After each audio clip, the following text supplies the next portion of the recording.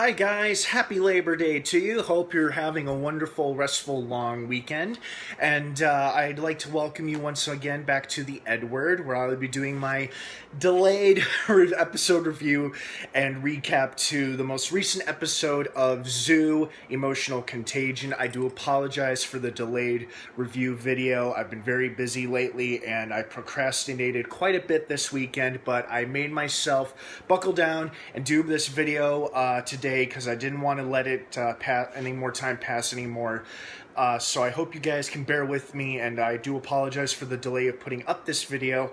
But here I'll be doing my review and recap for the most recent episode of Zoo. So if you're not caught up on Zoo, if you're behind on one episode or a few, do not continue watching or listening to this video, as it will be full of big spoilers. That being said, pretty good episode. I liked it.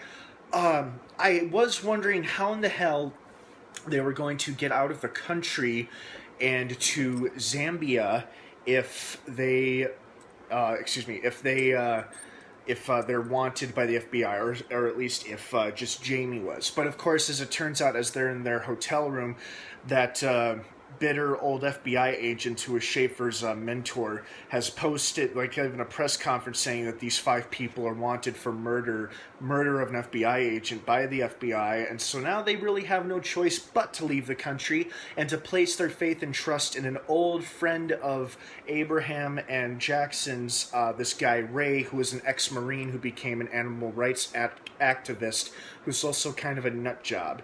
And Ray basically tells Jackson, Abraham, and their friends, look, I'll help you get out of the country if you help me and my crew pull off a little liberation. So basically, our main characters, our team ends up going all the way down to Clearwater, Florida, where Ray currently resides. They find him, they just tell him we need to get out of the country, and so that's where he's like, okay, I'll make the deal with you, you help me, I help you, scratch my back, I scratch yours, simple as that. But Abraham, throughout the entire episode, keeps insisting, he's not a friend, he's not my friend. Because Chloe and everybody else keeps referring to Ray as his friend and Jackson's friend. And Abraham's like, he is not a friend, he's not my friend. So Abraham clearly does not like this guy. Jackson doesn't really like him that much either, but they're putting up with him because unfortunately they need him to get out of the country. And now that their images and names have been released to the public all over TV. Although throughout this whole episode, I keep thinking, you know, there are all these problems going on. The FBI agent who wants to hunt down our main characters and bring them to justice for killing the crooked agent, and then our characters trying to figure out the mother cell and how to use it to create a cure to reverse the spread of the hyperaggression amongst the world's animal population. But at the same time, it's like, there are a lot of things at stake here in the show, but the biggest one of all is the impending animal apocalypse, so to speak. I mean, all of these characters have all these different problems with each other, with other things that have happened in their lives, and none of that's really going to matter because they're all pretty much, you know, everybody is pretty much doomed at this point with how far spread this animal rising up against humans thing is happening. Animals, you know, going batshit crazy. So, you know, but at the same time, you know, you have to have multiple conflicts because that keeps the show and the story moving and flowing, keeps the show interesting. So, you know, they agreed to help Ray and his group of animal activist nut jobs break some animals out of the Clearwater Zoo, and then after that happens, Ray will take them to Africa on his little cargo plane. So, you know, they agreed to do all this, and things are going pretty smoothly at the zoo so far. Unfortunately, security does discover them. One of their party is shot and injured, and Ray takes a non-fatal shot to the shoulder, though, and he's wounded, so they're forced to leave. And they got a couple of zebras, a lot of camels, a small African cat, not an ocelot, a serval, I think. It was kind of hard to remember the name. Cute little baby warthog, and 1 water buffalo. So they get all of those animals onto the truck, and then they hightail it out of there. And they get back to their secret little base, which is like this abandoned warehouse where Mitch and Jamie perform, emergency operation on Ray. And of course, as it turns out, as revealed by one of Ray's friends, he is the pilot for the plane they need to get out of the country. So it's kind of imperative they save his life, or at least get the bullet out of him, because it's not like I said, it's a non-fatal shot. There's just a bullet stuck in his shoulder between his neck and his arm. So it's not like he's going to die from it, but it would be good if they got it out of him. But like I said, this whole episode, there's a lot at stake here. Like all of these characters have different agendas. Like that's what I've been talking about during this whole show. Well, it really applies to a lot of shows. Is that everybody's got a different agenda. The old, cranky, bitter FBI agent is determined to bring his friend's killers to justice, even though he doesn't know the whole story. And our main characters are determined to definitely escape the country, but more importantly, create a vaccine or some kind of cure that will reverse the spread of hyperaggression to every animal in the world and try to stop the inevitable animal apocalypse, so to speak. And everybody, and then Jamie has problems with being wanted for murder by the FBI. That's really eating at her. And, Raiden Global doesn't want their secret coming to light. They want to kill our main characters and retrieve the mother cells so that their dirty shenanigans are never exposed to anybody.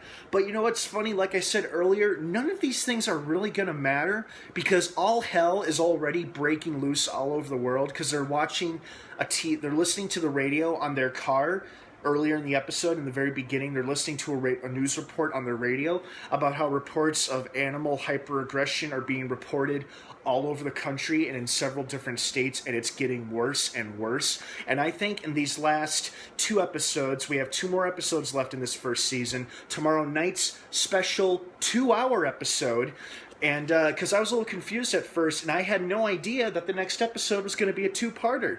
It's like it's episodes 11 and 12 put together, and episode 13 will be the final episode of season 1, the big season finale, and hopefully the show gets picked up for a second season where we'll see more and more of the impending animal apocalypse, which is most likely approaching our main characters as the show continues to progress. So, but that'll be a treat. That'll be fun to see, a big 2-hour episode event. And, I like I said, everybody's got different agendas in this episode, but none of that really matters with all the hell breaking loose around them. And I just find it interesting how everybody's so driven and focused on whatever their agenda or goal is. Meanwhile, there's this animal hyperaggression wave spreading to all the animals all over the world, and that should really be their primary focus, which it partially is, but at the same time it isn't. And I just think that's interesting. I also really like how, later on when they're at the base or waiting for Ray to heal, they check on the animals in the truck, and Jackson goes to check on him, and he thinks the little African cat is going to eat the baby warthog, but then neither one of them display any aggression to each other. And then when the cat starts hissing, the zebra joins in, then the camels start growling, then the water buffalo starts snorting, and all the animals in the truck start growling essentially at Jackson and Chloe. And they report this to Mitch, and then he comes up with this really interesting theory, which happens to be the title of this episode, Emotional Contagion. And it's basically the theory of one physical act kind of infects somebody else. Like the perfect example he made, I really liked this comparison he made. See, I'm yawning. He said, when somebody yawns, excuse me, he said when somebody yawns, we automatically yawn as a reaction, we yawn as well. And what he's suggesting, what he's theorizing is that this could explain why the hyperaggression spreads so fast to so many animals all over the world, is because when one animal begins acting aggressive, the rest of them join in like a chorus. Once one animal starts acting aggressive toward a human being, the other animals, whether or not they're members of the same species or if they're a predator or a herbivore, start growling and hissing at whoever it is that they want to attack or they don't like. So I really liked that. I thought that was an interesting theory that Mitch had created of this emotional contagion. Like I said, I like how he relates it to yawning amongst people, amongst humans. And it's like whenever somebody else yawns, when somebody yawns, it causes somebody else to yawn, and it just constantly spreads. There's this whole chain of yawning. It just makes people yawn. And he's applying it to the hyperaggression in the animals all over the world, and that could very well explain why it spreads, because these animals pathologies and and the animals like physical and mental well-being are already distorted, so once they see a fellow animal acting aggressive, they automatically join in whether or not they know they're doing it. So I really liked that, and I think it was a very interesting comparison, comparing human beings yawning off of one another and then animals being aggressive off of one another. And, of course, the big moment where Chloe and Jackson kiss. Big surprise. I only act sarcastic because I knew it was coming. I thought it was inevitable it would happen. I'm not saying, I told you so kind of moment. This isn't that kind of moment. It's just, in the graphic novel, they do become close. They become lovers, or boyfriend, girlfriend, whatever term you want to use.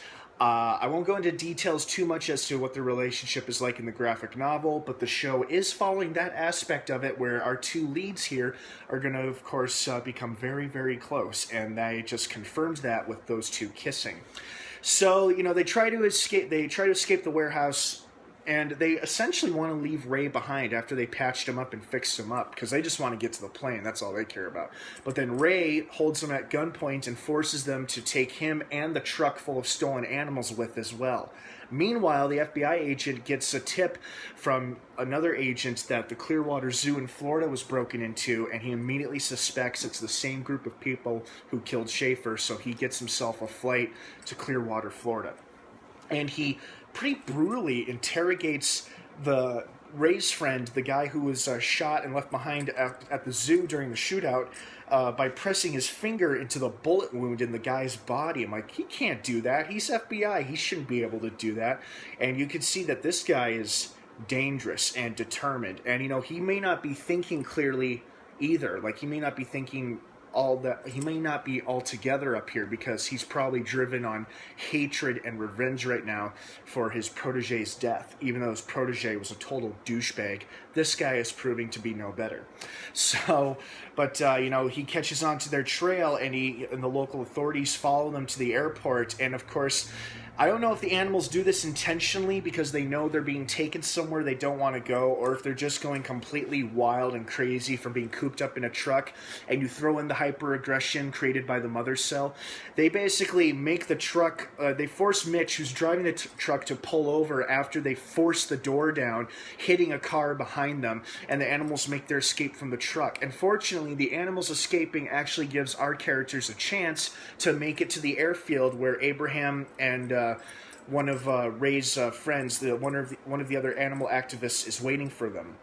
And just as they're about to escape, the woman who had brought Abraham to the plane takes a rifle and takes aim at the FBI agent, who of course has his pistol drawn because he chases them onto the airfield with his car, and he's about to shoot at the plane, but Chloe stops her, and they accidentally both tumble out of the airplane as it's slowly taking off, and all the characters are like, Chloe!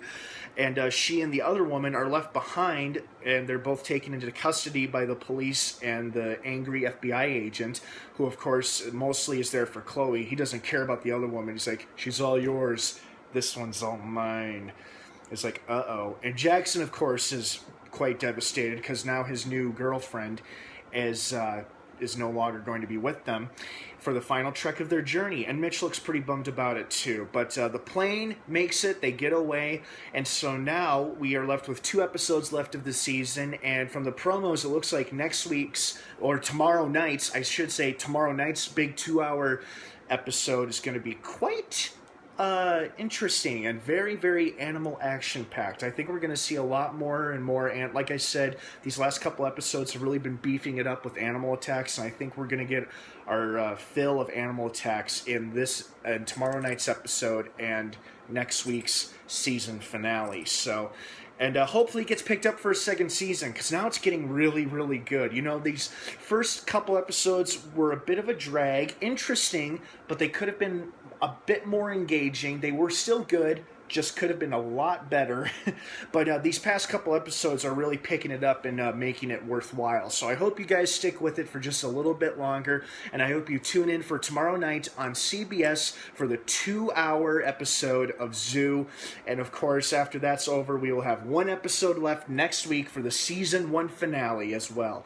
So overall, very good episode. I'm a little concerned about what's going to happen to Chloe, but like I said, everybody's problems right now are going to become pretty irrelevant compared to what's coming, what's on the horizon with all the animals in the world acting against humans all together.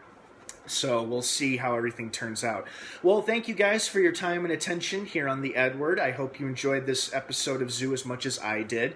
And thanks again for tuning in and subscribing. And don't forget to like this video, comment, leave your thoughts and opinions down below. Shout out down below. What did you like about this episode? What do you think is going to happen in the final 2 episodes of the first season of Zoo? What are you looking forward to season 2? Or do you think 1 season is enough? Have you had your fill of this show? Do you like it? Do you hate it? Of course, let's be respectful of one another's opinions and comments and beliefs in the comments section. Let's be civil, of course. And thanks again for tuning in. Stay tuned for more videos here on the EdWord. Have a great rest of the Labor Day holiday weekend. And of course, until next time, may the Force be with you.